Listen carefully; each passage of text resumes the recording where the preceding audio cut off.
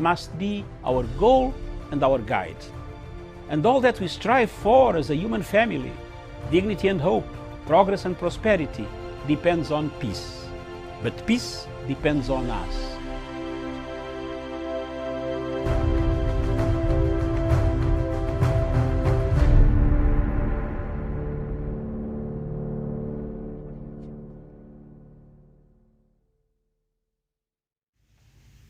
Good morning, viewers. Thank you very much. Welcome to Punchline Africa Television. It is Friday morning. It is 35 minutes past 10 o'clock. Because of the technical difficulties, we've just started 35 minutes late. But then, however, we shall compensate in the near future or ahead by increasing about 10 minutes to cover up our show this afternoon. Good morning on Friday, 23rd of July, the year of our Lord 2021 in Africa and the world at large. Viewers, thank you very much for watching us. This is Punchline Africa TV. The show this morning is Unfiltered show. It's a show where we discuss, we look at the events of the past week and also see what is trending on the African continent. We also look at what can be done for Africa. And in this show, we look at particular regions. What are the outstanding topics that have taken us and given us the courage to speak about the whole week? Today, the show that has actually hit us and hit our waves, as you know very well, we have Kenyan elections. And the media will go through these shows. Welcome all of you on the panel. On the panel this morning, we have Douglas Kirimi, Javani Karanja, Olesesena Tawish, Samuel Wesonga, our in-house analyst. From Meru, we have Douglas Kirimi. From Nanyuki, we have Javani Karanja. From Narok, we have Olesesana Tawish.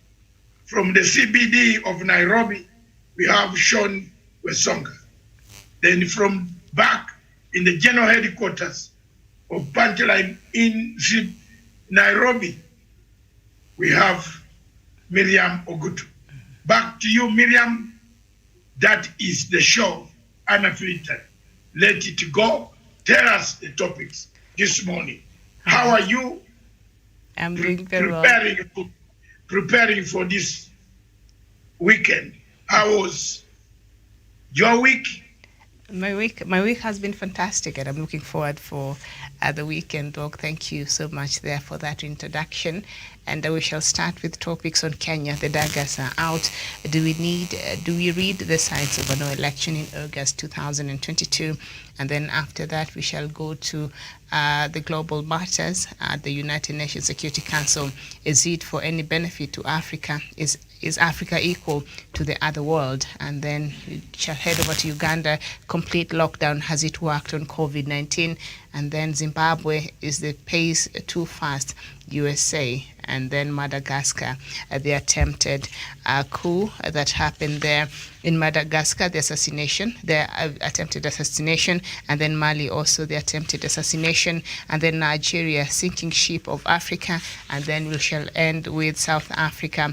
Is it bad leadership or ghost of apartheid? So that is what we have lined up for you. And perhaps, Doc, before you get to that, do I read quickly the headlines of the leading newspapers here in the country? Thank you very much. The newspaper headlines: surprise police raid on judges' chambers. The police in Kenya have raided the chambers of 2 judges allegedly on corruption charges, money laundering, drug trafficking, and other charges that will be labeled. They will be produced in court maybe today or on Monday. Another story on the Standard newspaper of Kenya is coalition headache for top leaders, NASA, Raila Odinga, Musyoka, Gideon Moi, Musalia Mudavadi, and the notorious Ruto. It is well known that they are having a panic on which way to go. How do they? You can't win an election in Kenya without a coalition. Therefore, the time is running out, or they are beginning. But as time runs out, we shall relate that another story, that is the Standard newspaper, which should be brought to you people. That is it. Another story is on Medium. You can read that one. Daily Nation. All right. The Daily Nation, 2 judges arrested in cash drum accusations.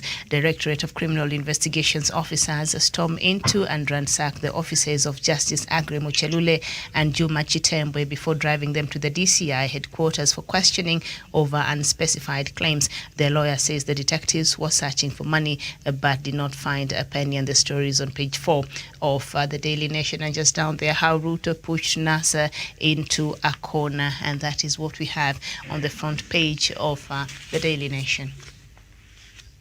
And also on the Daily Nation is Kenya sinks further into debt with 432 billion loans in 7 months.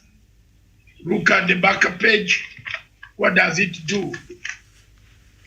Kenya again borrows 60 billion every month this year. Yes. Oh my God, it is serious. But it's not everywhere. It's not very good everywhere. It's gurume. Every country is borrowing. Every country is borrowing to survive, because the economies of each and every country have shrunk. Even where you get the goods in order to come to manufacture. Britain, America, there's no business. There are no ships importing goods. There are no people taking goods. Goods are there, but nobody who is going to the farm to increase the production should not be looked at. But the type of sensationalism that follows, the type of reporting that follows how Kenya has borrowed, is where we have got it wrong. Miriam, back to you in the studio. All right, thank you. And of course, the Star newspaper, Courier kicked out Ruto supporters anxious in UDA, People's Empowerment Party, DP party rocked by internal tussles. That is what is on the front page of the Star newspapers. And still the story of the detectives question Muchelule and Chitembwe, and the school heads oppose Magoha fees reduction. Intercontinental Hotel landlord 6 new tenant. And then on the Star newspaper, the main pictorial there, President Uhuru Kenyatta handing over title deeds yesterday in Kilifi, and the caption is "Don't sell your birthright," says Uhuru as he gives out the titles. Thank you very much. One other story that catches my eye is the story of Intercontinental Hotel. Since 1978, I think, Intercontinental has been in existence. And it is sad that it is leaving Kenyan market. It is sad that it was my hotel in 1982 with the late Kirubi. Whenever I could come to Kenya, I would pull my legs and relax in those bathrooms. I am one of the few people who will dearly miss this hotel, because it has been my hotel since 1982. Whenever I could visit Nairobi, when we were in the presidency, and when we are in government in Uganda, across in Kampala, I used to visit Nairobi so often. One of the most outstanding place is Safari Bar. It has a lot of memories for me and for many people. How we have met in Safari Bar. How many of us have consolidated friendships with very many people in that bar. It's very important at times. It reminds me, Miriam, something. That's why you see me smiling in my heart. It has consolidated. It's very sad for it to close down. But they are turning it into shops and malls and offices. Will it work? Is it near a church? But the church itself has turned itself into malls. There are lots of malls are near the church. It shows that things have changed. Religion has changed. It would be a sin in those days to allow any business to be conducted in the mall, in the churches or near the churches. But now we conduct businesses inside the churches. You have seen some people carrying huge money, conducting business, selling even cows in the churches. Something that made Jesus to drive people away from the church, Miriam. We have a problem there. I don't know whether today you are hearing me properly. Are you? Mm-hmm. Thank you very much, all of you. That is all. But another thing that catches me, my eye, is the question of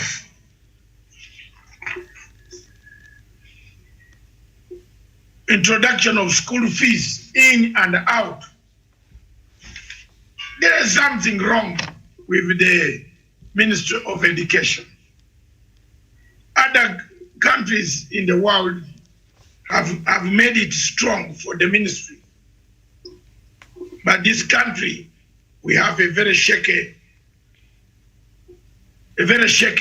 situation, Miriam. Mm-hmm.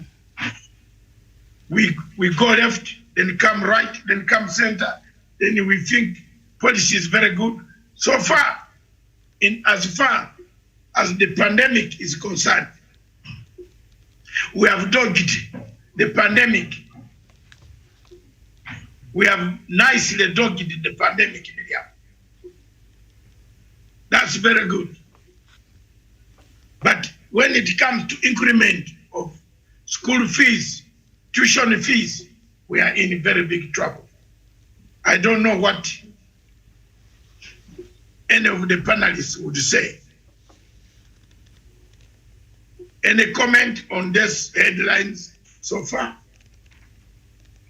A quick comment, anybody who has it?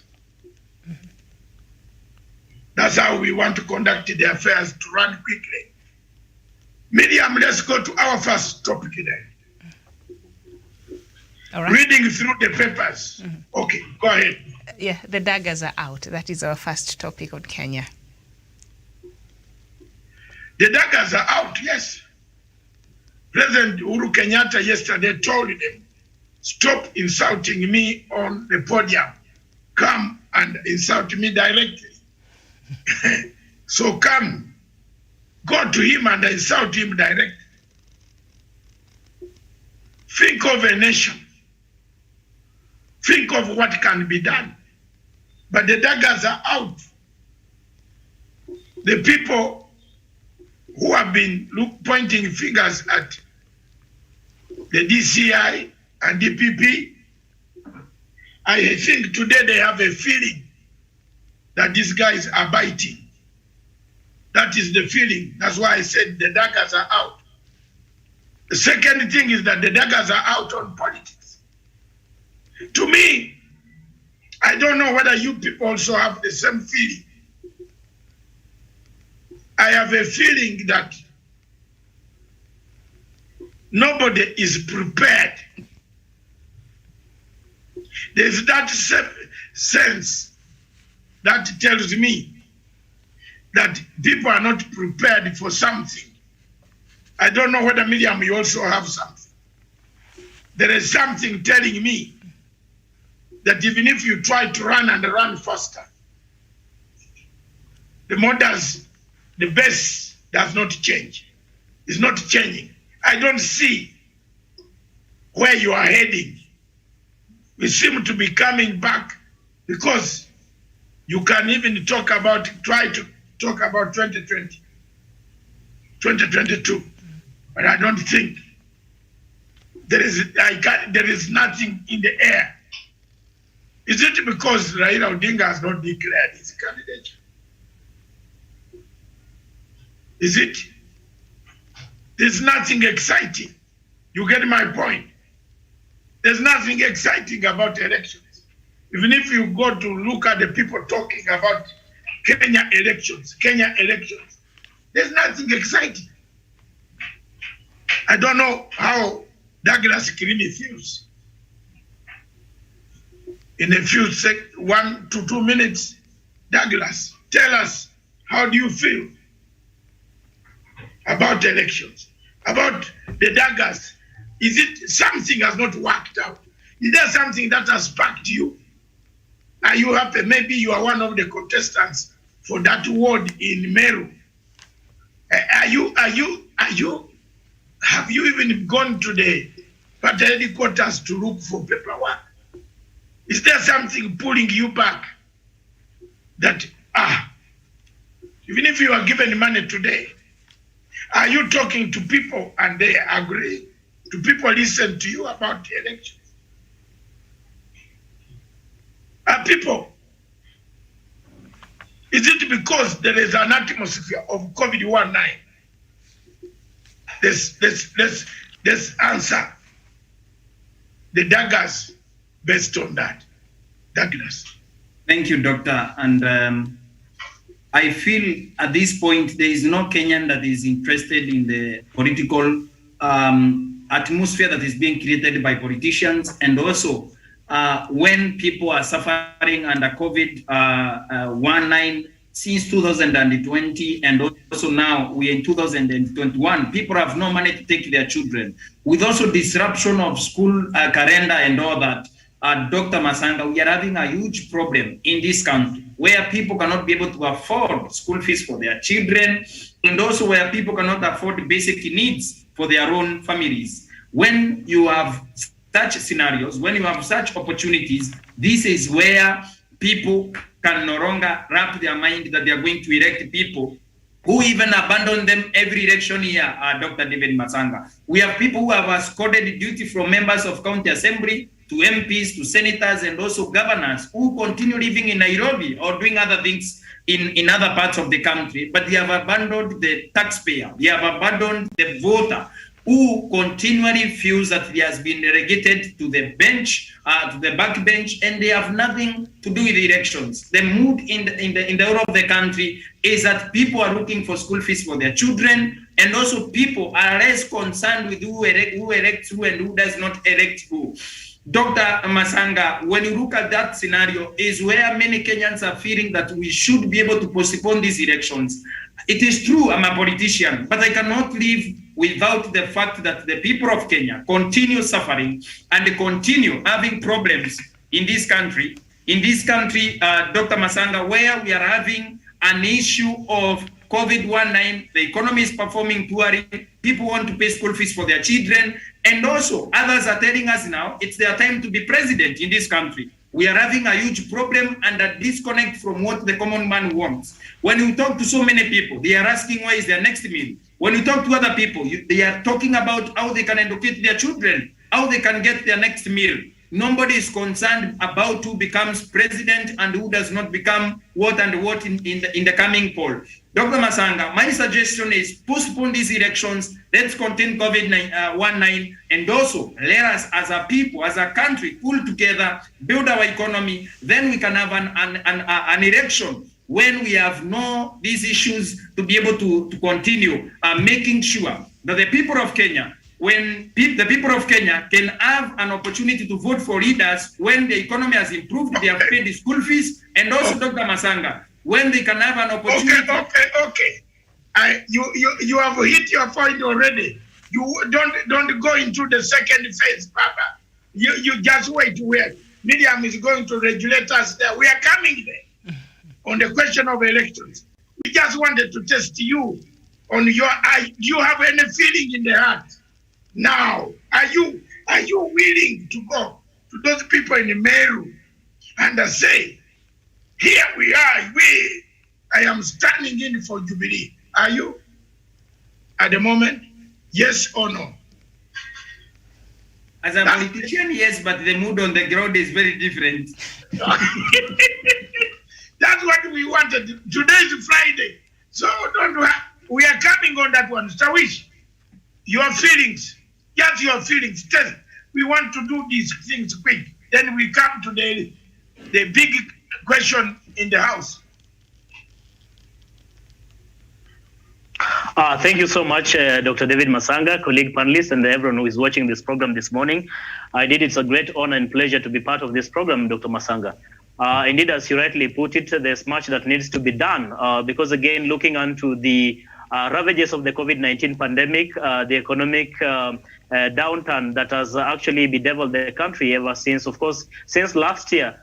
In March last year, we've had so many challenges as a people, and I think parents and everybody else, be it businesses, everybody else is really struggling. One, to make ends meet, and also to be able to sufficiently provide for the families, and also make sure that they meet day-to-day, of course, demands. But Dr. Masanga, I think as a resilient people, as a resilient nation, it's only prudent that we remain to the core, we remain really objective, that the first thing we need to do as a country is to make sure that we deal with this COVID-19 pandemic. And I think I fully agree with President Uhuru Kenyatta's directives in as far as how we can reduce or actually reduce the curve, the COVID-19 curve, so that even as we talk about, improving our economy, even as we talk about resuming businesses, even as we talk about people getting back their jobs or tourism being boosted and other aspects of the economy, Dr. Masanga, what is more important is saving human life. Because again, we cannot improve economy on a vacuum. We cannot be talking about doing businesses and making money on a vacuum. We have to make sure that first and foremost, we guarantee safety and protect the lives of the people of Kenya before we engage in any other discussion, including even the coming general election, Dr. Masanga. If the COVID-19 pandemic really remains a very big threat and risk to us even conducting the election in 2022, Dr. Masanga, it is my considered view and submission, Dr. Masanga, that maybe this country should have a candid discussion. You have gone too far. We are still on the mood. We haven't reached the question of whether elections or not.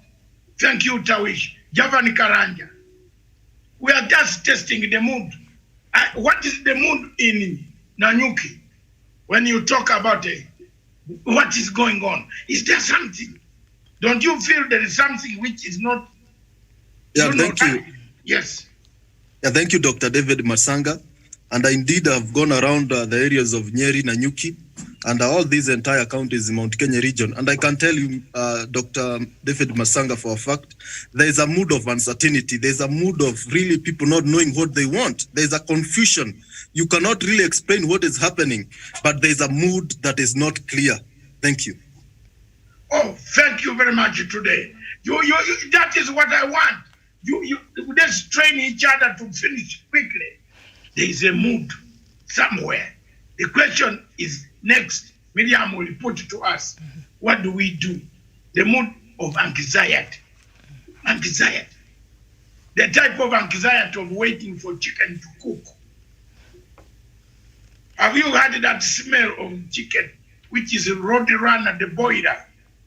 When the mother is cooking it with the rice which is done on charcoal.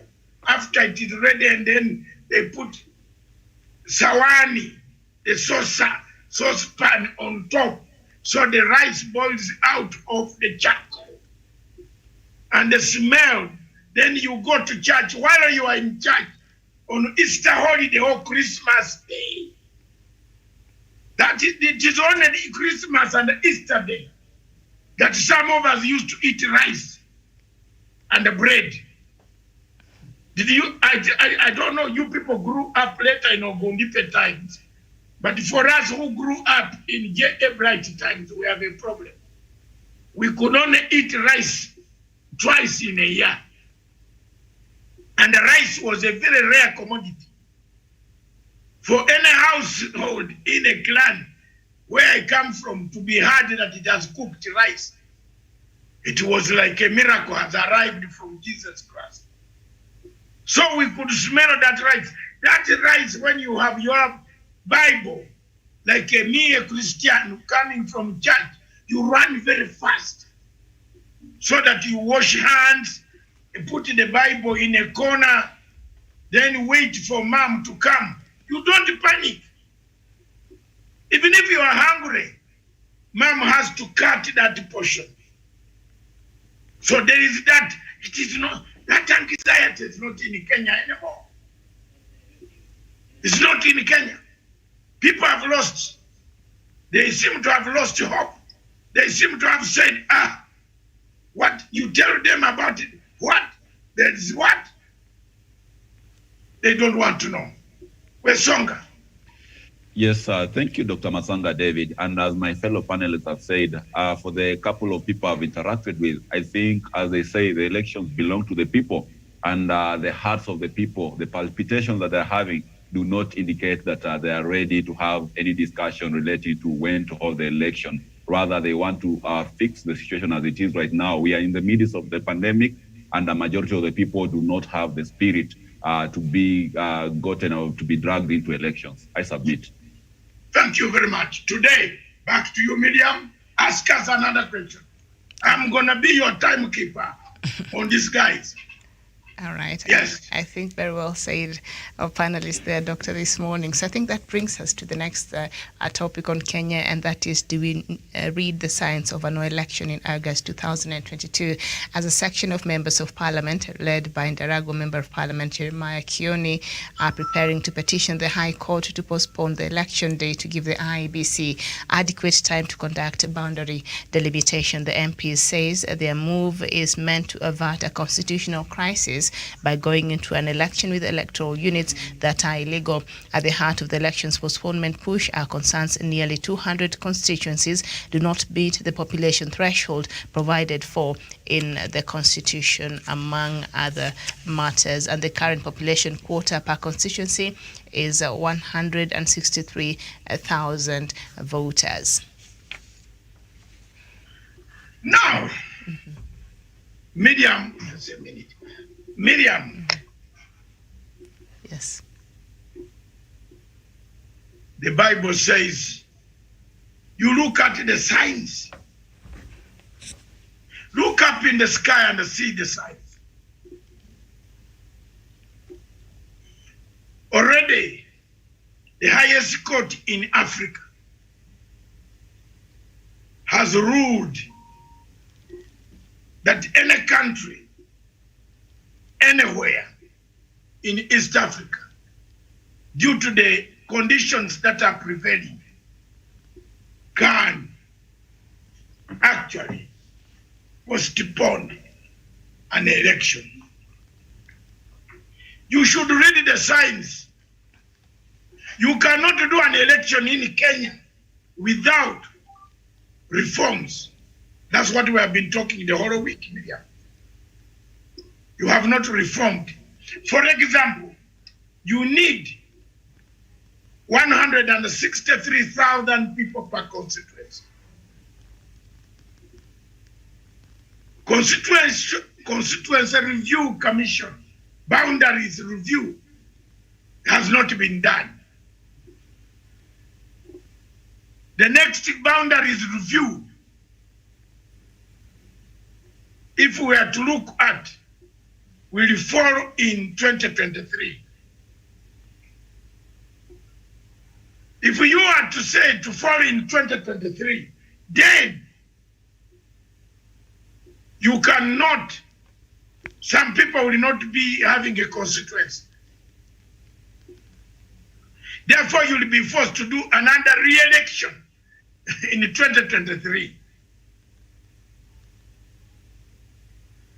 Have you seen that's why I've told you, and I brought up this, and I want you to give me a credit as your editor in chief. Have you seen how the two things link together? Anxiety and the science. Yesu atarudi lini? Mawingu bado wiko juu. Mungu atasukuma mvua. It creates anxiety. You can see for yourself, Douglas, that I wanted you to keep quiet and wait for this anxiety. Now, that is the question I'm asking you, Douglas. Have you seen, can you hold an election? Don't you see the signs that the president yesterday told you without BBI must be there? There's no man who is in power can leave his country to collapse into chaos. So Douglas, if you are ready, take us through.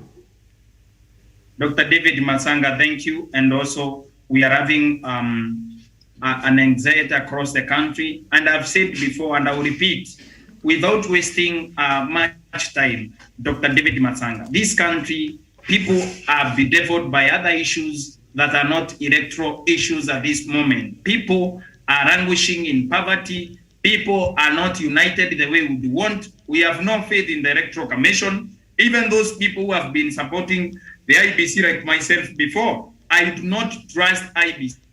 And I've said so many people in this country, doctor, would want to have a proper IBC, properly constituted IBC to preside over an election without a biased chairman like we have now. And also this country, the way it is now, we do not need to have elections, general elections at this point. Our economy has been ravaged by COVID-19. The disease continues killing people from one village to another, continues killing people from one home to another. We cannot endanger our own country like other countries. You saw what happened in Uganda when they held their general elections. They went on to cross their own country again for even 42 days so that they can be able to contain the virus. They could no longer hide the same. In Tanzania, the same coronavirus swept their country when their former president, the late John Pombe Joseph Magufuli, defied COVID-19 guidelines and held an election so that he can secure a term. Secured a term that he did not even live to serve. And also, doctor, when you look at it, the people of Kenya, the health of the people of Kenya comes first. There are so many people in the world who have progressed when they postponed elections. Why don't we postpone these elections?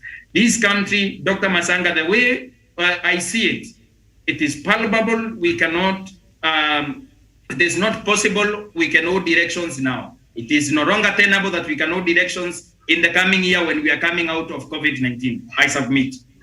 Thank you very much. Today you are cut time very nicely. Tawish. Yes, thank you so much, Daktari. And I think I'll still borrow from what, of course, my other panelists has mentioned, that every condition really points to the effect that this country is not ready to hold an election anytime soon, not in 2022, and maybe not even in 2023, Dr. Masanga. Because again, there are so many things that we need to put in place before we can guarantee that we are going to have a free, fair, and credible election, that which every Kenyan can really have faith in, that which Kenyans can have confidence that whoever wins or loses can really agree and shake hands and say it was actually a very good contest, Dr. Masanga. But as it is now, Dr. Masanga, the ground is not really good. The ground is not ready for this country really to conduct an election, Dr. Masanga. It is like forcing people to really go into this election because it's been tradition. It is law that dictates we must have an election every after 5 years, yes. But if the conditions cannot guarantee that we are going to have a free, peaceful election, that which is not going to degenerate this country into, say, civil unrest or, say, chaos or anarchy, then, Dr. Masanga, I think this is a very welcome conversation, a candid one for that matter, that Kenyans should now begin taking this conversation to the next level. It has already picked the momentum. You can clearly see this is something that Kenyans are really asking and discussing out there, that must we really have this election in 2022, looking onto all looking into all the reasons behind, of course, whether we are ready or not, Dr. Masanga. Earlier on, I mentioned the point regarding, of course, the COVID-19 pandemic and its effects to the economy, its effect to the livelihoods of the people of Kenya. Looking into how the political environment is today, Dr. Masanga, and everybody really is displaying that political intolerance in as far as our preparedness ahead of next year's general election. Nobody seems even to trust IEBC as currently constituted to oversee even a by-election. What will it be of a general election, Dr. Masanga, a presidential that is normally hotly contested, if we are to force ourselves and say we must have an election in August next year? Yet nobody can really trust and come out and say IEBC is properly constituted or IEBC can guarantee a free, fair, and credible election, Dr. Masanga. So my submission is, Dr. Masanga, let us put the right things first into perspective by ensuring that we have the right IEBC, the right commissioners that everyone can believe in, that we have at least tried to reduce the COVID-19 curve, that the livelihoods of the people of Kenya has also been addressed before now we can engage on anything to do with an election. There's also an impending referendum that is informed by the BBI, of course, which its fate is still at the courts, Dr. Masanga. So it is my hope that maybe we can put these things first into perspective before we can discuss about having an election anytime soon. I submit. Thank you very much, Tawish. Things are not yet in order. Javani Karanja. Thank you, Dr. David Masanga, and I agree with the previous panelists who have made their contribution, that when you look at the mood in our country, the IBC, the body that is mandated to conduct election in this country, they are not ready. They are not giving us signals that they can guarantee Kenya's credibility as we head into 2022 general election.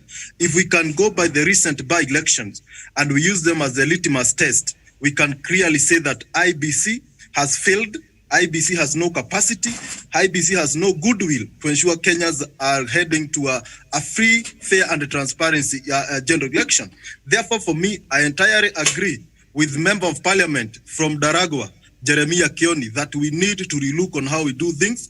We need to relook on IBC, and we need to ensure that those constituencies that are at threat of being scrapped because they don't meet the threshold, they don't meet the population threshold to be guaranteed, to be given the accreditation to be constituents, they are protected. Because we don't want anyone in this country to lose their constituents. We don't want any Kenya to lose their 100 million CDF kitty that comes through their members of parliament. Therefore, there's a lot that we need to do. We are also fighting this monster called COVID-19. Unless we are safe, unless we are free, unless we are out of wounds, and we are sure that we can guarantee Kenya's safety as we head to 2022 general election, that is the only time we can head for a general election. We have a BBI that we are still working on it. Therefore, if we can first deal with BBI and ensure that we put everything into perspective, we put everything on the right rail, then that is the time we can go for general election. I entirely agree with President Uhuru Kenyatta that without BBI, without reforms in this country, we are at a cliff, and the downfall that awaits us as Kenyans, it will be mega, it will have casualties, and we don't want to head that direction. Therefore, without BBI, without reforms, without streamlining the IEBC, there's no need to go for an election that is a recipe for disaster, that is a recipe for wars, that is a recipe for chaos. That is not the country that we want. We went for 2017, and the country was not tenable. We want a free, fair election, and that can only happen when we streamline IBC. No BBI, no reforms, no elections. That is my stand, Dr. David Masanga. I submit. Thank you very much, Javani Karanji. No BBI, no reforms, no elections. Nobody wants violence. Nobody wants violence. And the Kenyans are not going to accept to go to a violent route. Sean Wesonga. Yes, thank you very much, Dr. Masanga David. And of course, I'll tend to sit on the same view of opinion as my fellow panelists, saying that perhaps it will not be tenable for Kenya to hold elections as per the stipulated timelines in the Constitution. Reason being that right now we are just actually in the middle of the pandemic. Number two, the economy has been really triggered in a negative way, in that most Kenyans are actually struggling to get back onto their feet. The government is also trying as much as possible to give them a boost and also finish on its project. But better still, we still have a lot of reforms that ought to be done so that to ensure that we do not have electoral violence immediately after the 2022 presidential election. And as my good friend Javan Karanja and Tarwish Olesina have put it, we need to first of all fix the IEBC, ensure that it will be a body which is fully sufficient to hold free, fair, and credible elections. Without that, anything short of that, then we shall be plunging the country that is at the midst of pandemic into mayhem and chaos in 2022. So therefore, politicians should be very, very patient so that we fix IBC through the BBI process and ensure, like the president says, kila mtu apate haki yake,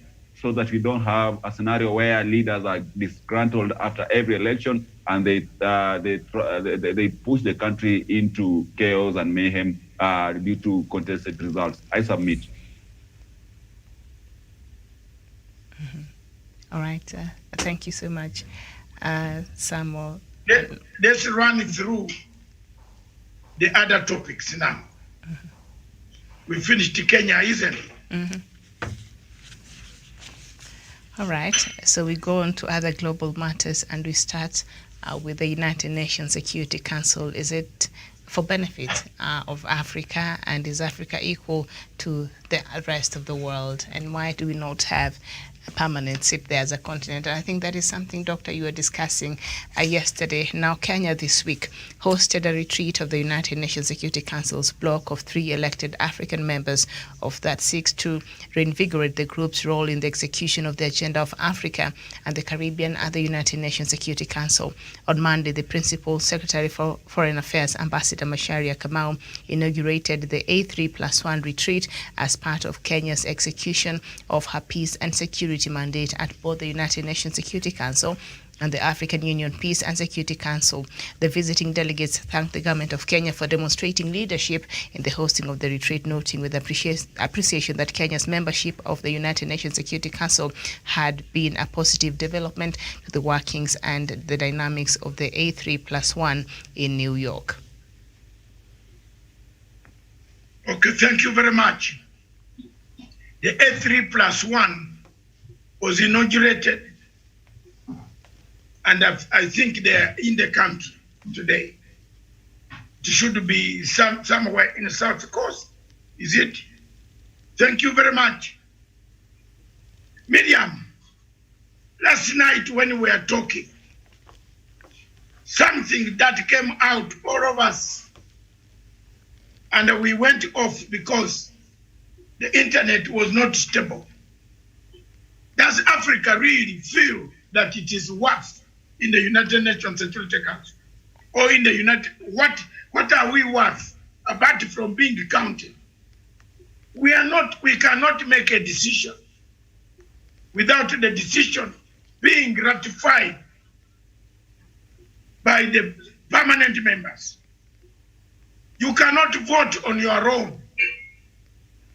A rotational membership is not what Africa looks for. Africa looks for permanent membership. Africa needs to talk with its voice. We have a population of 1.3 billion people. Today, as we stand, we need to have our own voice in the United Nations Security Council. A permanent voice with equal voting powers, equal rights. Has this happened in Africa? But the other side of the coin, do we have the qualifications to enter this? We might have the army. Give my country, for example, my country, Uganda. It has a huge army, over 600 to 700 men, 1,000 men, and arms, ranging to almost 1 million people under arms in my country. But does it have the qualifications to be a member of, through democratic channels, civic channels, universal channels? Does it qualify? Look at a country like Nigeria. an empty shell of Mr. Buhari with nothing but torture, killings, rape. The stories we hear from Nigeria are stories that worry everybody. Do we qualify, therefore? To me, I think, Miriam, we still have a long way to go. We can call these conferences for money eating, eat the money. But I don't see African ambassadors who can stand up. I have not seen an African country that can stand up and say, no, we are not coming for the United Nations General Assembly. To some extent, God brought COVID-19. By now, some people would be preparing how they will be eating money in New York. Yes, to some extent, God brought COVID-19. And that has given Africa some reprieve of money, because some money will not be wasted to fly into New York, to make empty to speak to an empty hall. Some of the leaders speak when their delegation have got only the people they came with from Africa. Did you know that, Miriam? Mm-hmm. It's very embarrassing. Mm.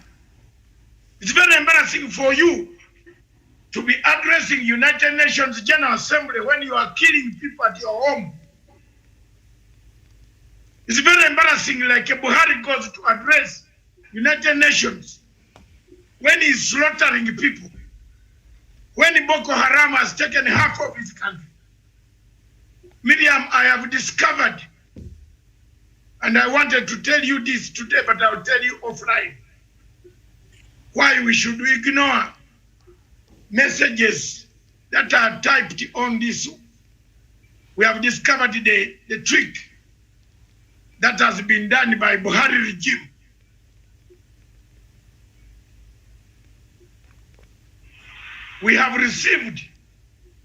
I have received assurances from the leader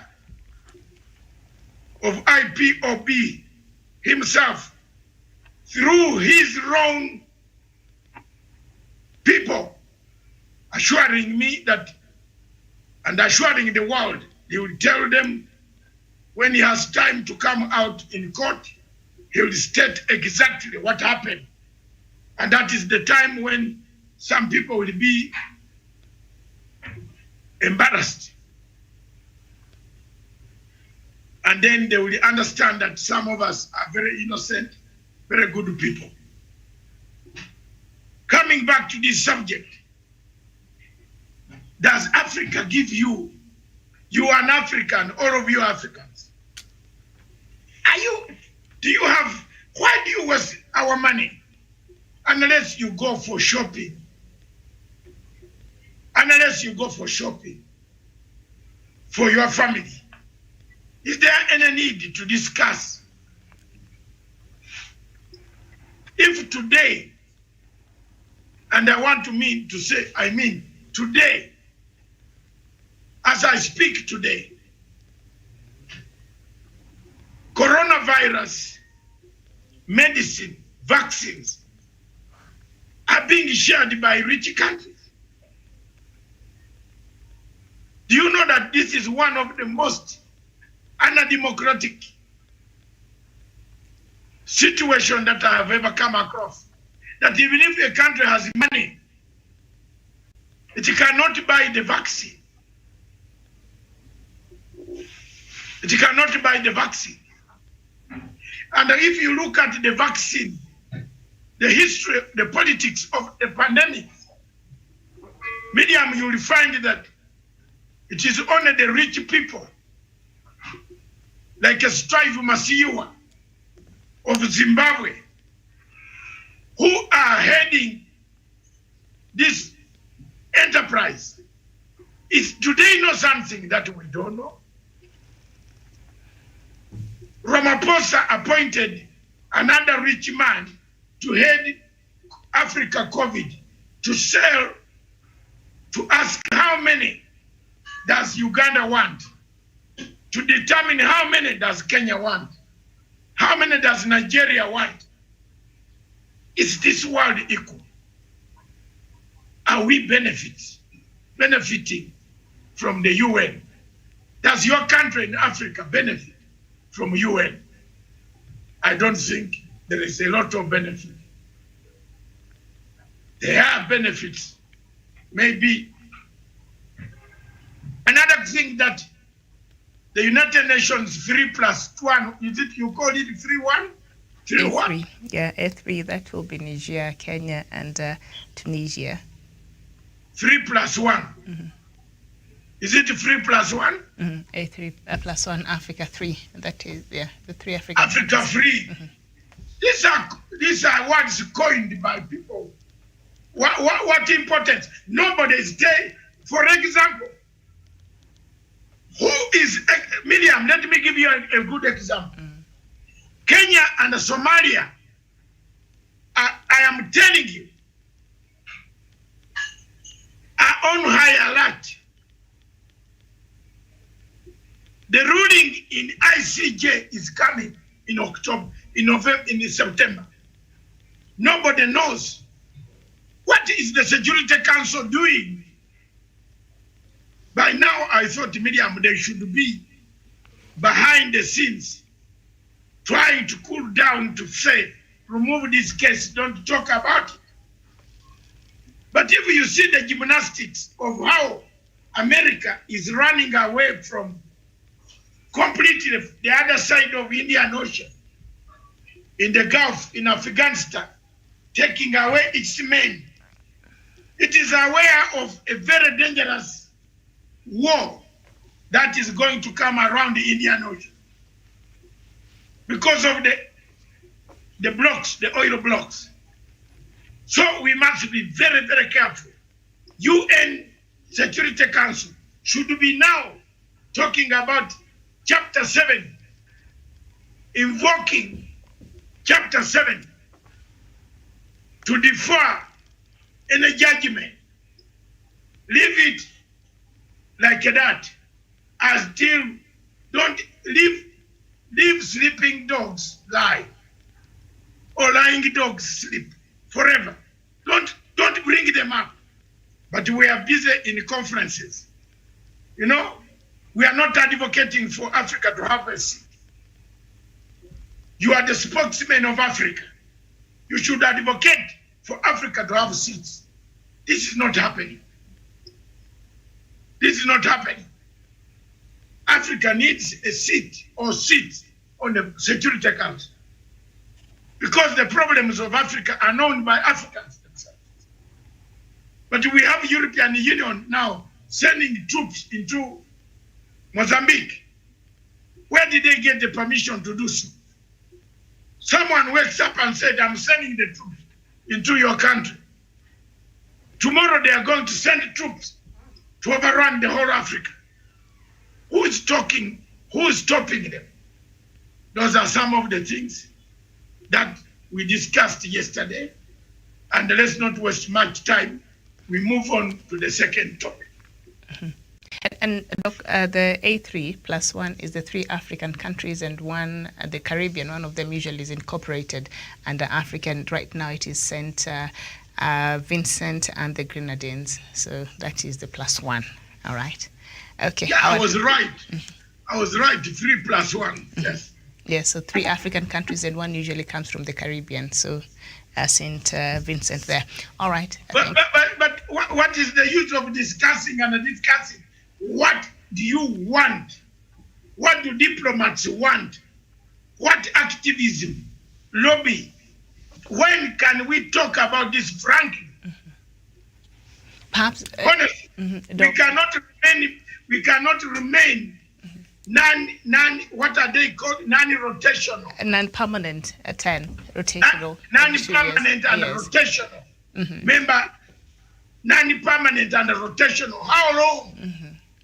It's 76 years over since the Second World War ended. the UN was formed. How long shall we be non-permanent and rotational? These are the questions that Africa should ask. Do we behave like a people who can be on the Security Council? What do you think of a leader like Buhari? Mr. Buhari sitting on the Security Council. I think even the chair of the Security Council will be bad because of the crimes that he commits every day on Nigerians. So are we fit, surely? I will give only one person on this subject, as long as they promise to be doing it in 1 minute each. Let me start with Kirimi. 1 minute.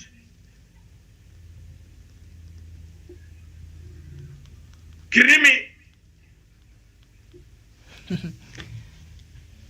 All right. Is he asleep? Douglas Kirimi, in Africa, according to the 1st of July, last year's population was 1.34 billion people. So I think whether we behave as if we can be there or not, I think Africa deserves to have a permanent seat at the United Nations. A whole aspiration of over 1 billion people, surely we need a voice there, a permanent voice there, to be representing our aspirations and our voices as a continent there in a permanent basis. So maybe the conversation should be about, is it time to restructure how the United Nations Security Council is constituted? The permanent members do have their China, Russia, France, Britain, the United States. The other regions also across the world that also, I think, at this point in time in the 21st century, do deserve a voice, a permanent voice there at the United Nations Security Council. So maybe is it time for the United Nations Security Council to be reconstituted when it comes to the permanent membership? Isn't that the topic that people should be discussing in Africa? Kirimi, you have 1 minute. Thank you, Doctor. For Africa to move forward, for Africa to have its own voice, for Africa to be able to contribute properly to the governance issues and also development issues across the world, Dr. David Masanga, we need to have a permanent spot at the United Nations Security Council. We need to have a permanent spot, because at the end of the day, we cannot have people who do not live even in Africa, who do not have our own interests, represent our interest on a permanent basis, and veto those decisions when it comes to the United Security Council. We need to have a permanent spot, and at the end of the day, as far as Africa is concerned, we are a continent full of capable countries, or we should be given an opportunity to be able to come together with other nations and have a permanent spot, the United Security Council. There is no explanation on why these countries have continued taking us for a ride and discussing our world issues, especially issues on Africa, and we Africans do not have a voice, do not have anything to look forward to, and anything that we can be able to speak as far as these seats are concerned. When we have a seat, we have more power. We have a voice. Our voices are amplified because we sit on the table when they are discussing whatever issue is concerning the world, especially the people of Africa. Thank you. Germany Karanja, 1 minute. Thank you very much, Dr. David Masanga. And for the topic that we are discussing this good afternoon. And I'll say that Africa has what it takes. Africa has the capacity, has intellectual power to champion for their cause at the United Nations as a permanent member, without really having this rotational kind of non-permanent system, because Africa interest can be well championed by the interest. But to achieve that, Africa need to wake up from the slumber, and we champion for our cause, and we make a message, we put a message across that we Africans are capable to run our affairs. We need to make Africa a great nation, a great continent. We have the resources, we have the population, we have the capacity to make Africa a vibrant economy. Therefore, it is upon us Africans to work on our systems, to work on our leadership, to ensure that we eradicate poverty, diseases, ignorance and corruption, so that we can at least have a voice as a people. Because if we can have a developed Africa, if we can have an Africa where literacy level will upgrade, then we can be able to champion for our cause. We can be able to develop our continent and have an image, an international image, where we can command respect, even without pushing, even without forcing for these kind of reforms. In Africa, we have a problem, and I think if we can streamline our leadership, if we can empower our people, we can go and we can have these permanent slots even without much strain. Therefore, it's upon the leadership in Africa, it's upon the population in Africa to make our African continent great, and we eradicate ourselves from the hangovers of the colonialism. Because from what I see, we are still entangled in some kind of hangovers, in some kinds of chains that still pull us towards our colonial masters. We need to be free and independent, and mean what independence means in terms of political, social, and economic perspective. I submit. Thank you very much, Javan Tawish. Before Tawish, let's get Joseph Nachama. Dr. Joseph Nachama. Thank you, Dr. Thank you, Dr. Good morning, my fellow panelists. Let me make a statement. Miriam, please allow me. Go ahead. In this life, you do not get what you deserve. You get what you expect. What do Africans expect? They need to work in such a way, then because of their development of their economies, then they need to get what they expect because they have a right to. Africans, we have a lot of resources, but we don't develop them to become marketable services and marketable products.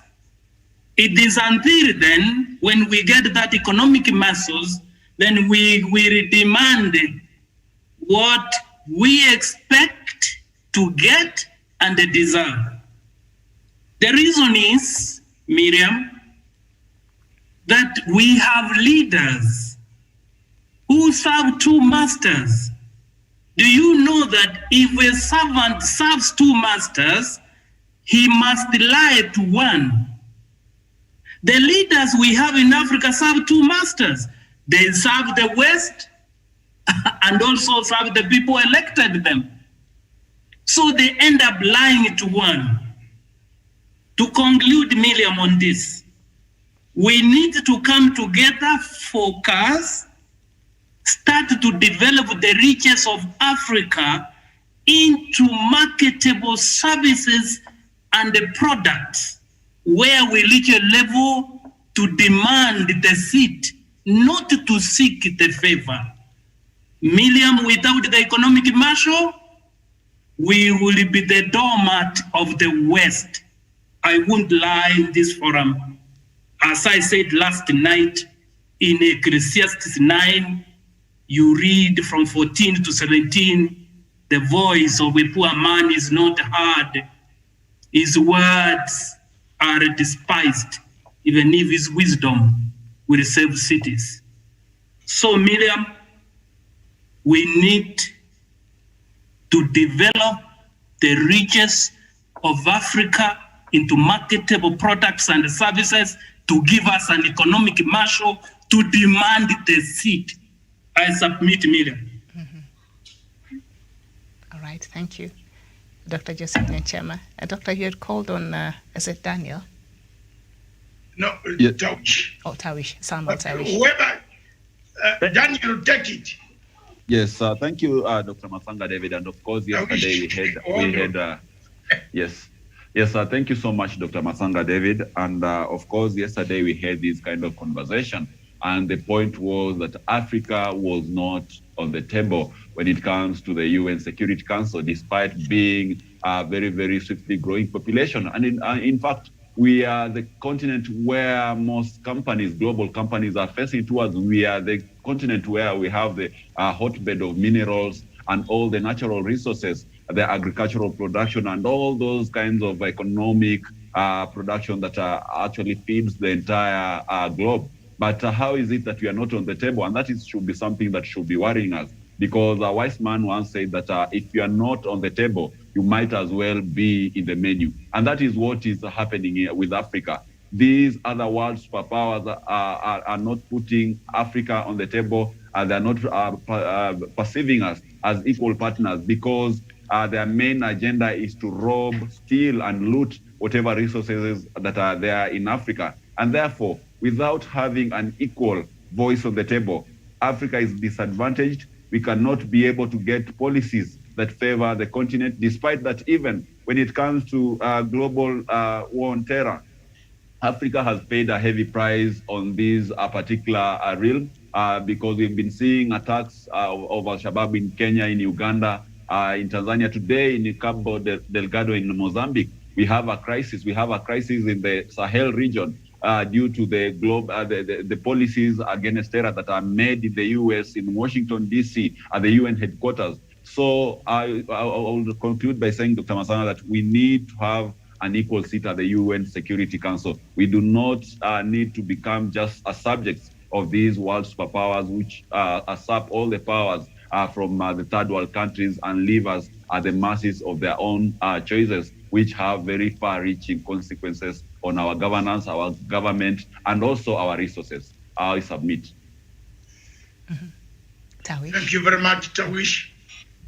Thank you so much, Dr. Masanga. I wouldn't quite take so much time on this because, again, my other panelists have indeed mentioned elaborately on this very topic, Dr. Masanga. But I think what I want to submit is that Africa, it's time for Africa really to demand, like what Dr. Nyanchama has said, to demand their slot and position in the UN Security Council, and more so the permanent seats, because, again, Dr. Masanga, Africa, as being one of the biggest continents in the world, actually the second largest, if I'm not very wrong, after Asia, of course, cannot just sit as a bystander or a first sitter when it comes to matters of the UN, that it makes a very big population, 28%. We have about 53 nations, of course, in the United Nations, in the United Nations Security Council, the United Nations General Assembly, which is made up of about 193 membership, Dr. Masanga. So how can it be that a continent that produces a bigger number in terms of membership to the UN cannot have even one single slot of permanent membership in this particular critical organ of the UN? So, Dr. Masanga, my submission is, I think it is time, like Miriam did mention, that maybe we need to restructure and look into what will be the impediments. What are the impediments towards Africa having one of their own, at least one representative to the permanent status of the UN, because again, from time and again, Dr. Masanga, we've been seeing this. I've lived up to see Russia, France, United Kingdom, America. I mean, these nations only being the permanent member states of the UN. Where are the African countries? Where is the African continent? But many times you see there are very critical and pivotal issues or decisions that this, of course, this organ makes that affects the continent of Africa. And I think, Dr. Masanga, we cannot continue to live or stay as spectators, or even to live to the submission or dictates of the outside world when we are supposed to be at the table and deciding what is supposed to be done for the African continent, Dr. Masanga. So I suppose it is time that Africa needs to have that discussion and pursue the quest to have its members, at least one, to be a permanent member in the UN, Dr. Masanga. I submit. Thank you very much. Let's move on, Miriam, to the next topic. All right. Our next topic is in Uganda.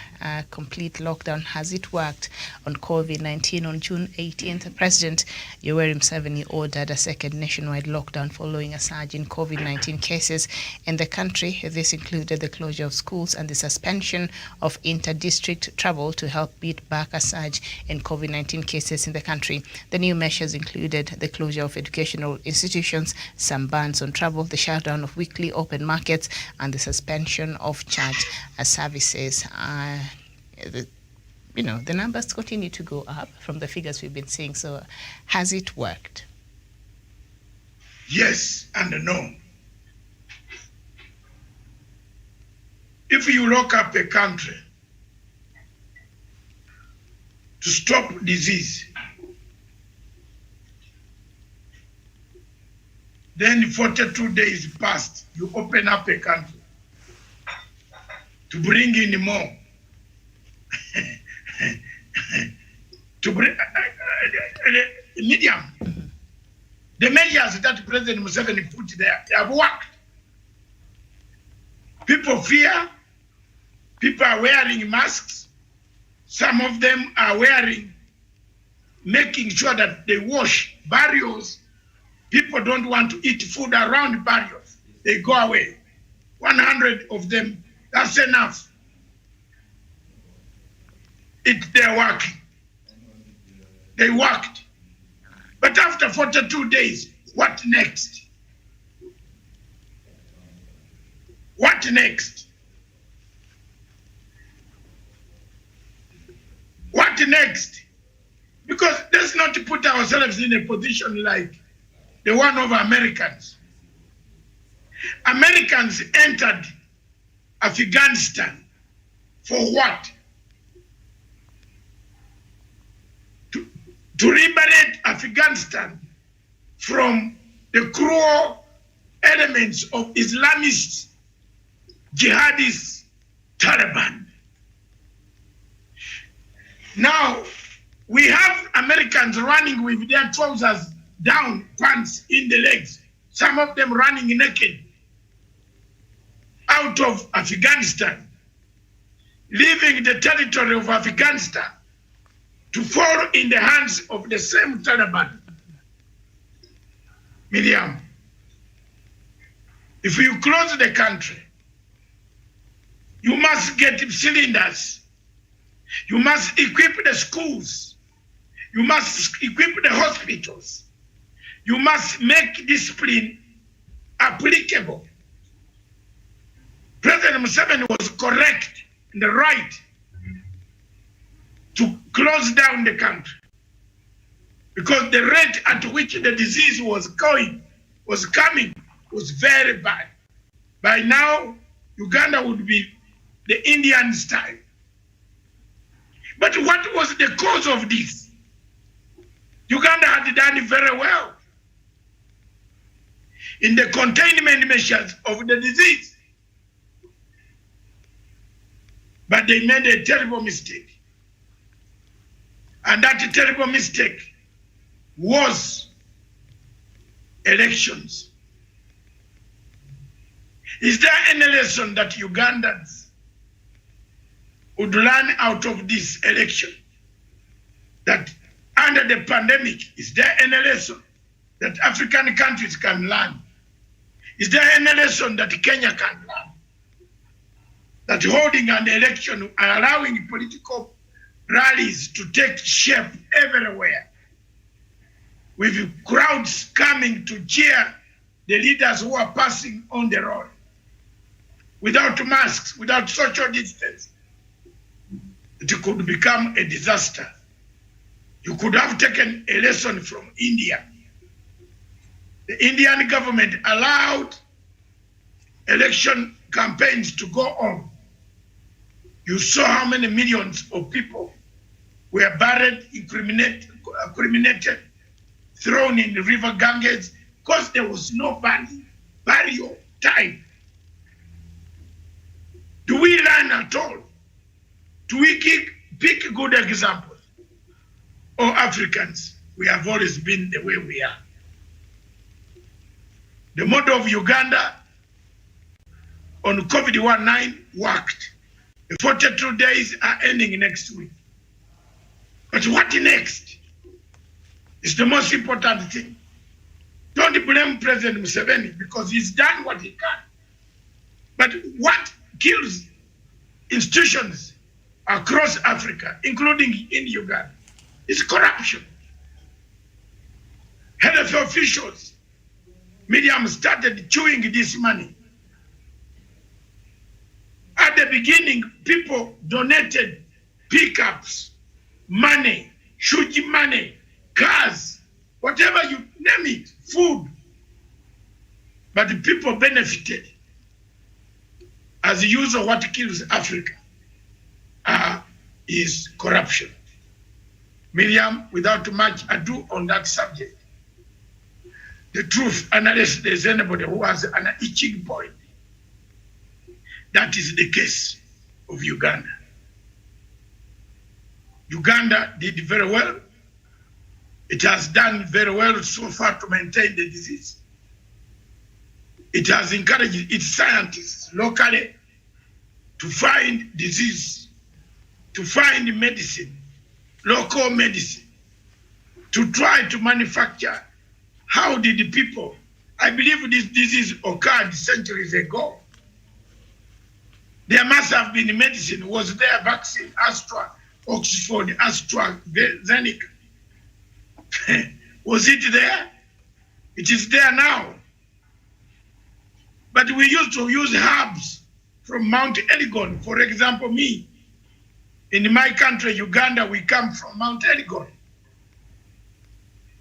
And that's where I go. When I had any fever, malaria, they would give me, my grandfather would go and tell somebody to go and get some leaves and boil them, and you drink, and then they tell you go and sit near the latrine, and you know what happens after that, Miriam. Everything comes out, and within a few days you are walking in the streets and the paths of the villages. Any of you on this show who has suffered from mumps, the mumps that make you swallow here, and they swell and swell, and your eardrums, and they become big. There is a medicine in our place. You don't need an injection. There are herbs. Once given to you to drink, within 7 hours, you wake up in the morning, the mumps are gone. Diarrhea. All these diseases were cured by our African people. Therefore, President Museveni has done very well, but he must encourage. And he has continued to encourage the local people to manufacture, the scientists locally to find a solution. I give a credit where it is due.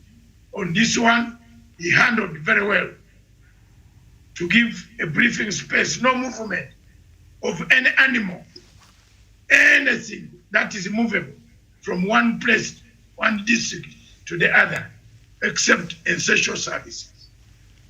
But after that, what next? After 42 days, what next? Are we not going to come back to the same place where we are? Like Americans leaving Afghanistan with the Taliban taking 85% of the territory, which they did not have at the time of their entry. I close the case. All right. I think, Doctor, you have exhausted that topic, so maybe we just move on to our next topic, and that is on Zimbabwe. Is the pace too fast? USA. Doc, start us off. The pace in Zimbabwe too fast for USA. You should have done that correction for me. And unfortunately, I think I got that. I don't know, but it's okay. Is the pace too fast for United States? Zimbabwe's record of development at the moment, Miriam, I tell you, the construction of roads, the infrastructure, the building of new dams, the building of the hydroelectricity, the production of electricity, things seem to be working towards a better Zimbabwe. So I have seen a lot of development, the type of roads, the type of administration, the type of lights, the type of installation of traffic regulations, the type of modernization of dams, canals, irrigation schemes, agriculture. I think Zimbabwe is moving in the right direction.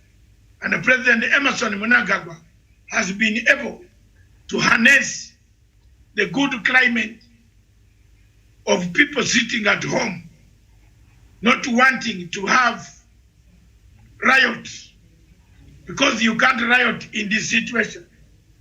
It is only people in Mavira who can riot and burn tires, because their MP who was corrupt has been arrested. They have been burning tires, I think, while you are on TV. Plenty of them, but they have been dispersed by the police. But in Zimbabwe, people have adhered, and Zimbabwe has performed so well. Everybody expected, was more worried. Even the AU report indicated countries like Zimbabwe, they were saying. But apparently it turned out, Miriam, that Zimbabwe did very well on COVID-19. It has bought its medicine necessary for vaccination of these people. And it is buying this medicine hard cash because it has no line of credit. That is why I say, is it running faster pace against the United States of America? That is what I meant. I rest my case. All right. Is there anybody who wants to have a say on that topic? Thank you, Miriam. I think what Dr. Masanga said is actually very positive of what Zimbabwe is doing in as far as revamping its economy, in as far as ensuring that they have proper infrastructure.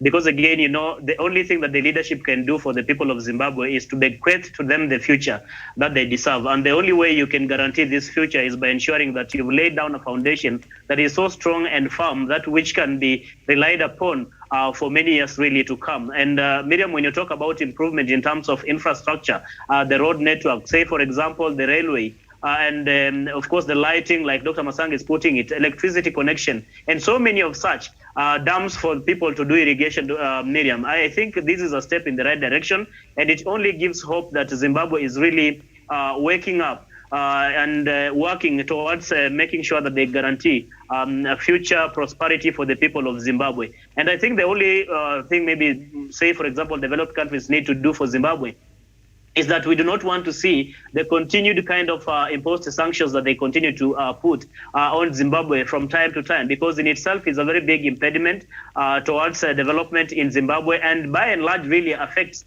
the ordinary people than even the targeted individuals. Say, for example, if they were to do it because they do not maybe subscribe to the ideology or how president of that particular country, Mnangagwa, is carrying out his activities, or even the senior people in government. So, Miriam, I think even when the US or other developed nations come out and impose sanctions on Zimbabwe, many times I think it is more of a discouragement towards a country that is so much keen and focused on improving that nation from where it was. Remember, just in the past, because of the political contestations, the infights that has been happening, the civil unrest at some point in Zimbabwe is what stagnated the development in Zimbabwe. But I think President Mnangagwa Emerson has tried his level best so far. He only but needs the support, not only the support of the people of Zimbabwe, but I think Africa as a continent, and by and large, the Western power countries, those that are developed and keen on seeing how they can do more investment in Zimbabwe to uplift the livelihoods of the people of Zimbabwe. I submit, Miriam. All right. Douglas, is there something you'd like to add to that? Dr. Nyanchama? Thank you, Miriam. We congratulate Zimbabwe for that effort. We only pray that the Cherasi developed countries will not come in and start the water. Remember, these other countries like America, why they even put sanctions to Zimbabwe, is to make it become a beggar. And they never want an African state to be self-reliant. Don't be surprised if they want to start a few conflicts here and there to disrupt the development agenda of the infrastructure. We only pray that they get focused and move ahead. There is one universal factor, Miriam, among these countries which pretend to be spoon-feeding Africa. They want us to continue to be poor so that they appear charitable. A charitable person will never help you to become self-reliant. Otherwise, his charity attitude will disappear.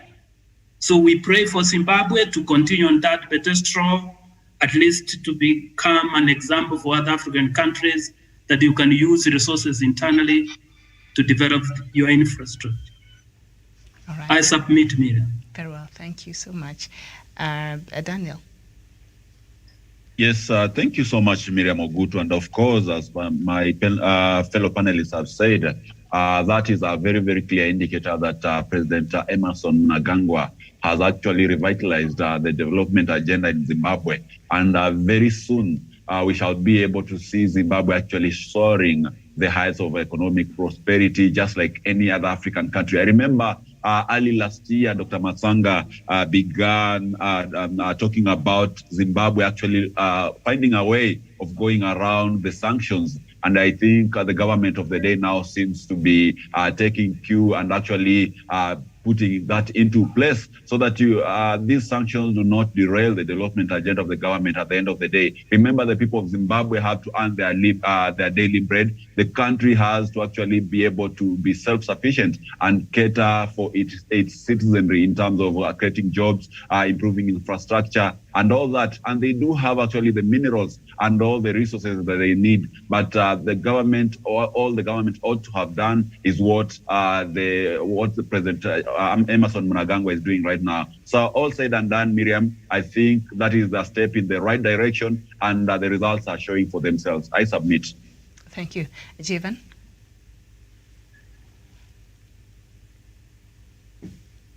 All right. Jeevan is not there, and I see Douglas is trying to work on his connection there. All right, so we move on to Madagascar on an assassination attempt. And Madagascar's President Andry Rajoelina survived an assassination attempt on Tuesday. According to the Prosecutor General's office, authorities allegedly foiled an assassination attempt on Rajoelina and apprehended several foreigners and Madagascar natives. 2 French nationals were held as part of the probe, according to a diplomatic source.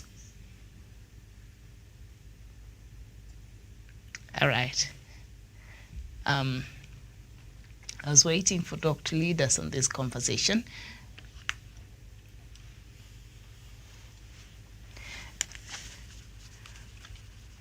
Okay, Tawish, go ahead.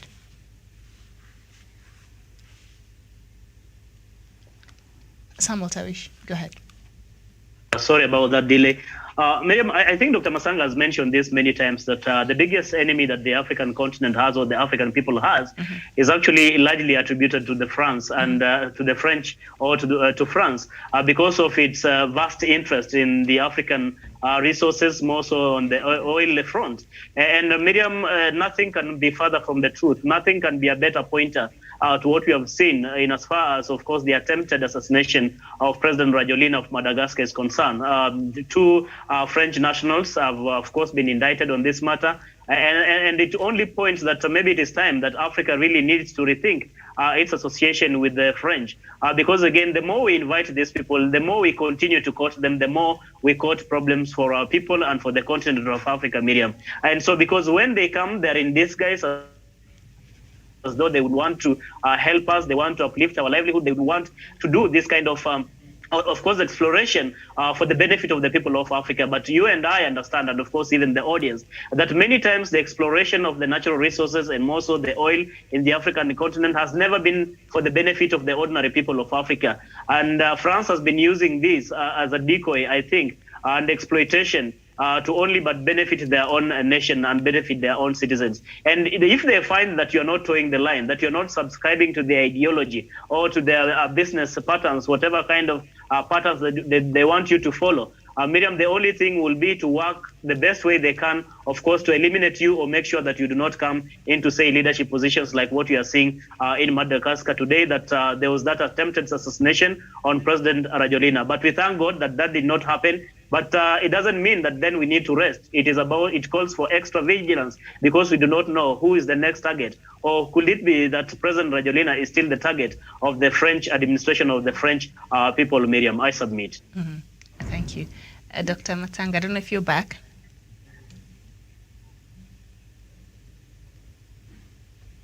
Oh, well, I'll go to Daniel Wesonga. Yes, thank you very much, Miriam Ogutu. And of course, as my brother Tadwish Olesosina has put it, is that we do have a lot of foreign interference in most of the African countries, in Madagascar being just the latest case. And it happening a few weeks, perhaps, after the assassination of the Haitian president.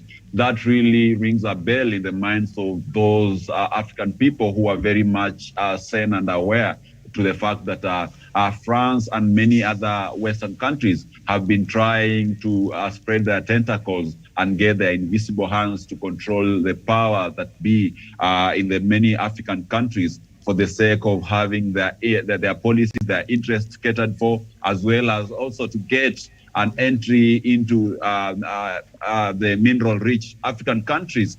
Like we are seeing today in Mozambique, we are seeing today in most parts of the central part of the African continent, there is turmoil and we do not have stable government. And I think if the plan to assassinate President Rajoelina in Madagascar would have been successful, then the country probably would have been plunged into a chaotic scenario, because you understand that this is a president who came into leadership through a very, very huge wave by what was perceived to be the middle class and the lower middle class people actually watching for him. He was a DJ before he became the president. And therefore, this could have had a very, very big repercussions, because his supporters, who are mainly from people who are living below maybe $1 a day in Madagascar, will have been quite chaotic, maybe similar to what we are witnessing in South Africa. And that will have made the leadership of the day to crumble. And we know very well that is the ideal scenario that French and other foreign operatives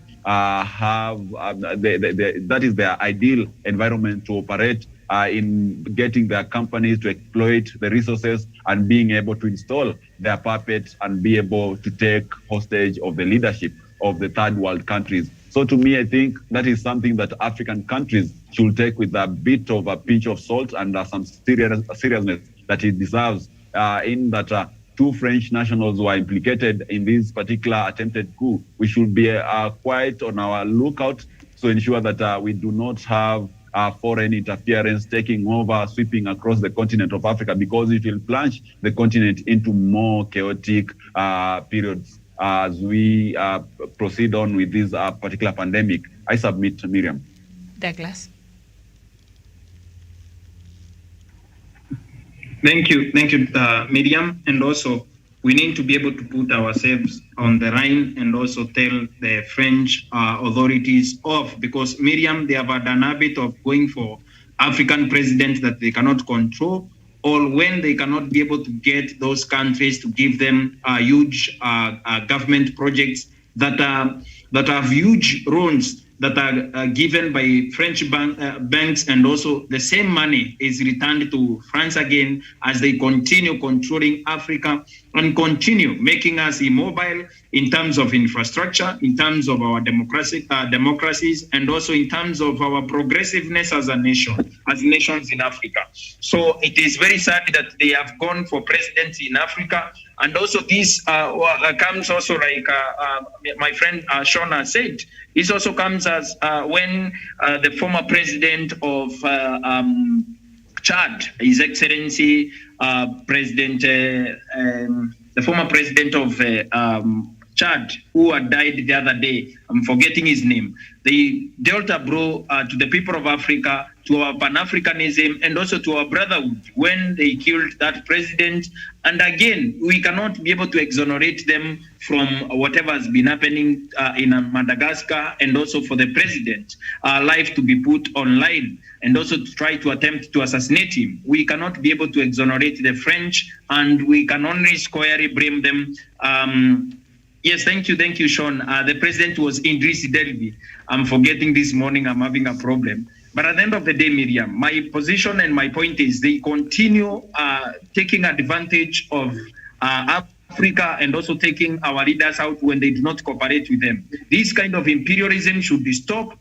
And also, for the presidents in Africa, stop entertaining these people. Stop entertaining the Western resource-greedy allies, who will, at the end of the day, kick you out or kill you. If they're not going to kick you out of power, they're going to kill you. So if you do not come out clearly and also demarcate your own territories and tell them off, you are not going to be any safe. And this is a very great warning to those presidents who keep entertaining the French authorities and other Western resource-greedy allies. that they have been calling in the name of assistance in terms of terrorism and also in terms of development infrastructure and also military cooperation that they have been doing for the sake of their national security. Miriam, these presidents are not safe. Our people in Africa are not safe from these people. If they can go for our presidents, the black excellence in Africa is at stake when these people continue being taken out one by one.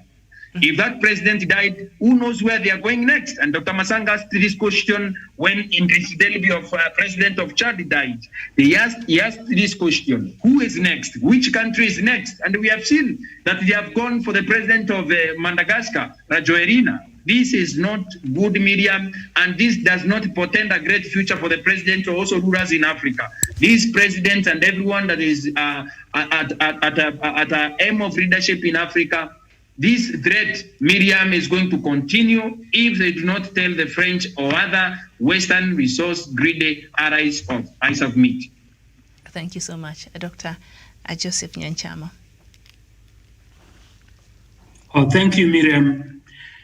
First of all, there is a general saying that says that the higher up the tree, the thinner the branches.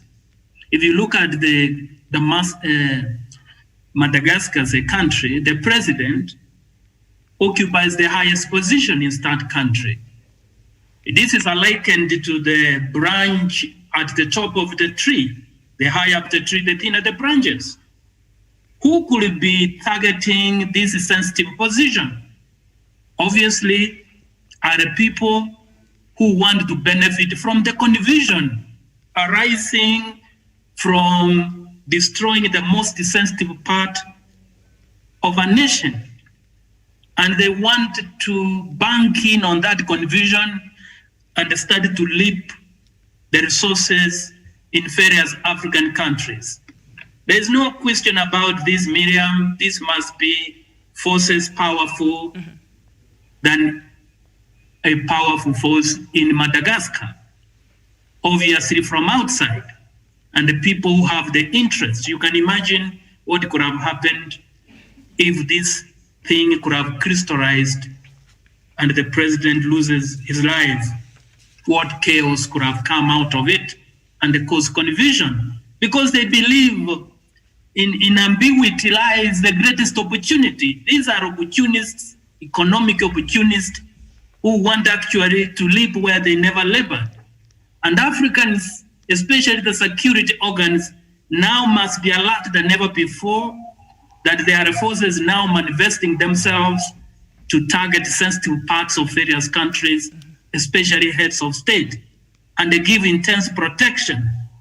Because we're tired of these imperialists who want to destroy Africa generally. And we must stand up. As always, Dr. Masanga say that we must develop our own models of security, our own models of economic empowerment, and we protect our continent, because this is our heritage. And we cannot afford, Miriam. It is very unfortunate. We only urge the world, including the UN, to do thorough investigation, because we are not going to sit and watch security threat to African nations. This must stop, and the madness must end, and the imperialists must be ashamed. I submit, Miriam. All right, thank you so much. And we turn our attention to the next topic, Nigeria, sinking ship of Africa. And Nigeria has received the first 6 military aircraft it bought from the United States, which are expected to boost its efforts in tackling violence by various armed groups. And A-29 Super Tucano planes landed in the northern city of Kano on Thursday afternoon and were received by Defense Minister Bashir Magashi and other military chiefs. Nigeria had placed an order for a dozen military planes from the U.S., which took a few years to manufacture. And 50 former Boko Haram fighters have surrendered to the authorities in Cameroon in the town of Mora, far north province. This means that over the past 2 months, at least 183 ex-fighters from the militant group have laid down their arms in Cameroon. They're surrendering to Cameroon, but they're not surrendering to Nigeria, and yet Nigeria is their mother country. They're quite interesting. Why do you think this is the case, Samuel Tabish? Well, thank you so much, Miriam, on that question. Unfortunately, I may not authoritatively tell exactly why, for example, UK will choose Cameroon as a destination for the deportees, say, for example, to go back to Nigeria, whom they are taking to Zimbabwe, maybe because they are neighboring countries, or maybe the airspace they have been denying maybe the landing rights to that particular country. But Miriam, I think largely what we need to speak about is the kind of the leadership that is being provided by President Buhari in Nigeria. This is a kind of leadership, Miriam, that cannot be borrowed by any kind of potential leader or any aspiring leader in the African continent. Buhari has lived actually to torment and torture and butcher the people of Nigeria, especially the indigenous people of Biafra, for the simple reason is that they are calling for a referendum, Miriam. I think the kind of dictatorship that President Biya has exhibited is far beyond that of other dictators that have ever lived, Miriam. And that is why we are calling upon of course, the international community, including the African Union, the United Nations, that really, if they cannot reign on President Buhari in as far as trying to alleviate the pain that the people of the Igbo people are going through at the hands of President Buhari, then I do not think that really they need to continue existing.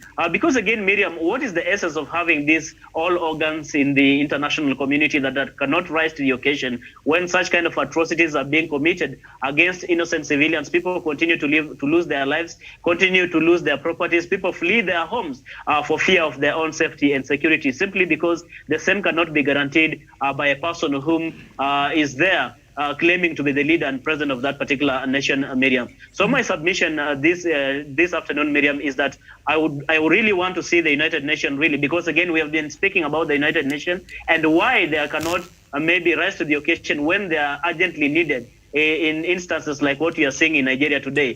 For the simple reason is because maybe we do not have a person who can champion and advocate for our issues, the UN General Assembly or the UN Security Council. Otherwise, we would have seen an intervention from the UN as far as what is happening in Nigeria today is concerned, Miriam. I mean, President Buhari has made it difficult for the people of Nigeria really to settle in as far as security is concerned. The Boko Haram remains a bigger menace, one which he promised really to wipe out once he comes into office. What has he been doing ever since he came into office? We've seen an escalation in as far as Boko Haram attacks are concerned, abduction of innocent girls and women in that particular country. People continue to live in fear of their lives and safety, Miriam. So President Buhari, I think it is just time that he owns up, he hangs the boots and allows another person really to take over from Nigeria. Maybe through that, we can also have the voices and of course the concerns of the people of Biafra being given attention. Miriam, to that extent, I submit. Thank you. Dr. Joseph Nyanchama. Oh, thank you, Miriam. I think the issue of Nigeria and the Buhari's behavior, we have spoken it for a while. It seems to be is a man who feels nothing, especially when life is lost, especially of children. In fact, there is one man who said, a blind man cannot thank you if you hand in a mirror to him. For him, his thankfulness, whether people are dying, is not feeling anything. A man called Leo Tolstoy, sometimes he said, if you feel pain, you are alive. If you feel other people's pain, you are a human being. So today, as we are debating, we as human beings who live in Africa, we feel greatly for the people of Nigeria because they have been abandoned by their president, Buhari. People are dying left and right, children, women, and others. And in fact, people are being violated. I think the United Nations needs to take the note and bring this man into order. I don't know why, by the way, Miriam, that people of such a sanity levels are given forums in parts of the world. I mean, is UN and other countries, especially developed countries, committed to the human rights in Africa or in the world, or they are just pretending, or they only just shout when their interests are touched? I think, Miriam, my take is that the president of Nigeria needs to be brought to order more than ever before now. Action must be taken. Because You know, we cannot take a half of our lives saying what we're going to do and take another half of saying why we did not do what we wanted to do. Things must be done immediately to stop this madness in Nigeria. I submit, Miriam. All right, thank you. Daniel Wesonga. Yes, thank you so much, Miriam. And of course, the situation in Nigeria is very, very delicate and quite unfortunate, especially for the people of Biafra who have been in this struggle long enough.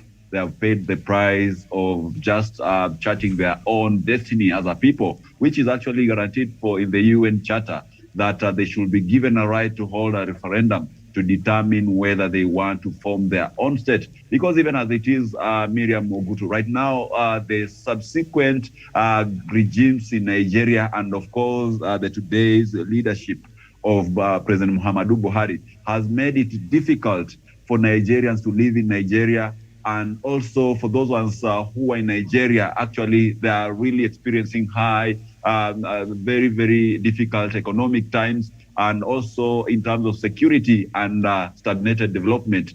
And that is the reason why the people of Biafra should actually be given their right to form their own state through a referendum. Why has he not been able to handle the problem of Boko Haram, whereas he continues to kill the people of Biafra? He continues to kidnap and arrest the leadership of the Biafran people. So that, to me, Miriam, I think it is the greatest neglect of the state upon its own people, and that is an issue which not only the UN, but the African continent should raise to the occasion and stand up for the people of Biafra. President Muhammadu Buhari has failed in his leadership, and today, if you go to in the UK, when you go to the US, there we have the best brains that could be actually be turning things around in Nigeria, and that is because of a failed leadership in their back in their home. That is why the best literally brains like Wole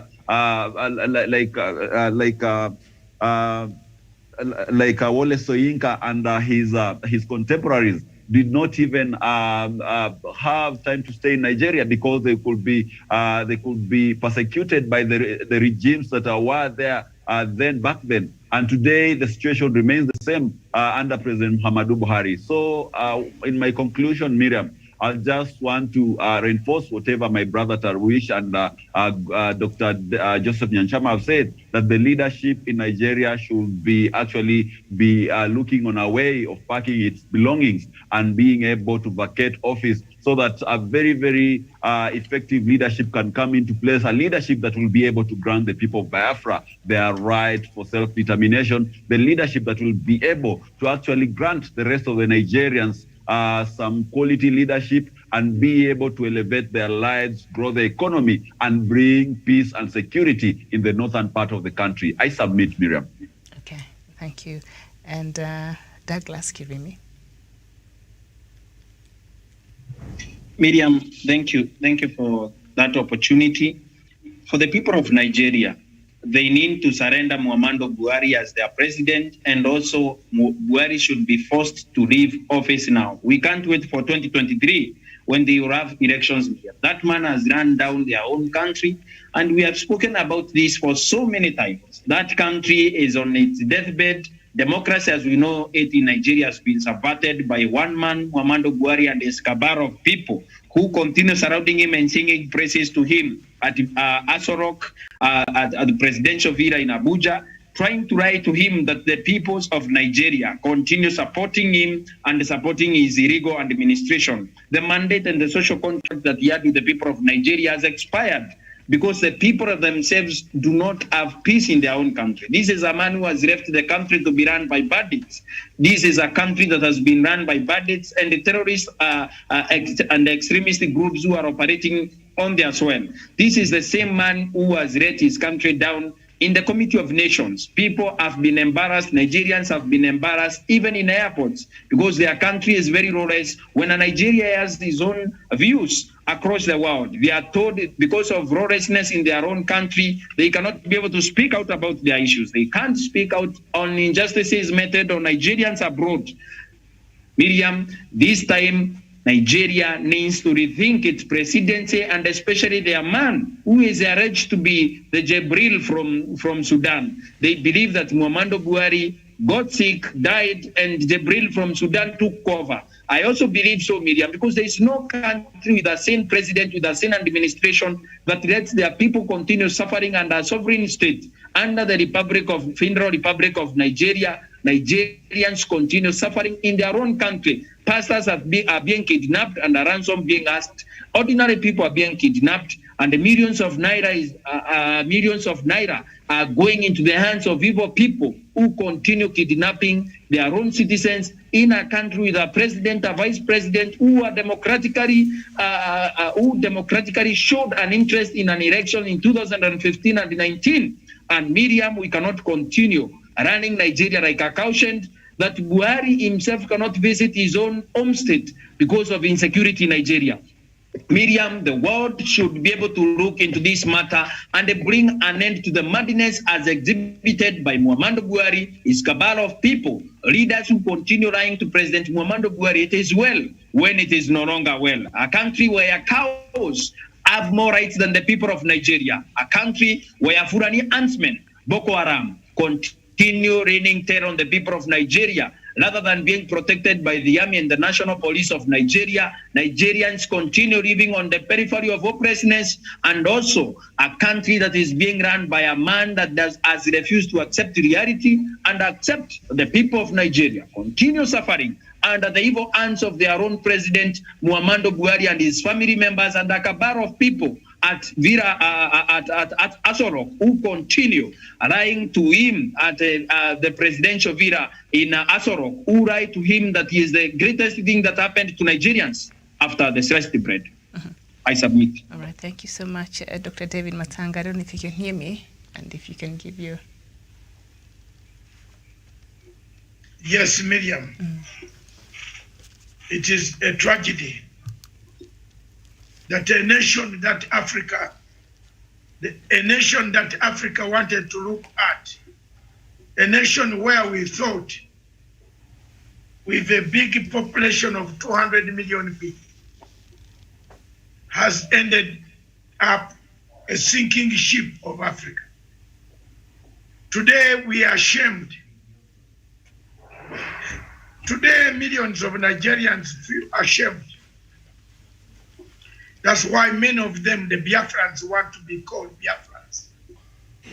They don't want to be called Nigerians. Because of the actions of the president, who has allowed the country to fragment further into unmanageable proportions. Today, as we speak, the right does not know the wrong, the left does not know the right. The whole governance structure of the country, a shell called Nigeria, is no more.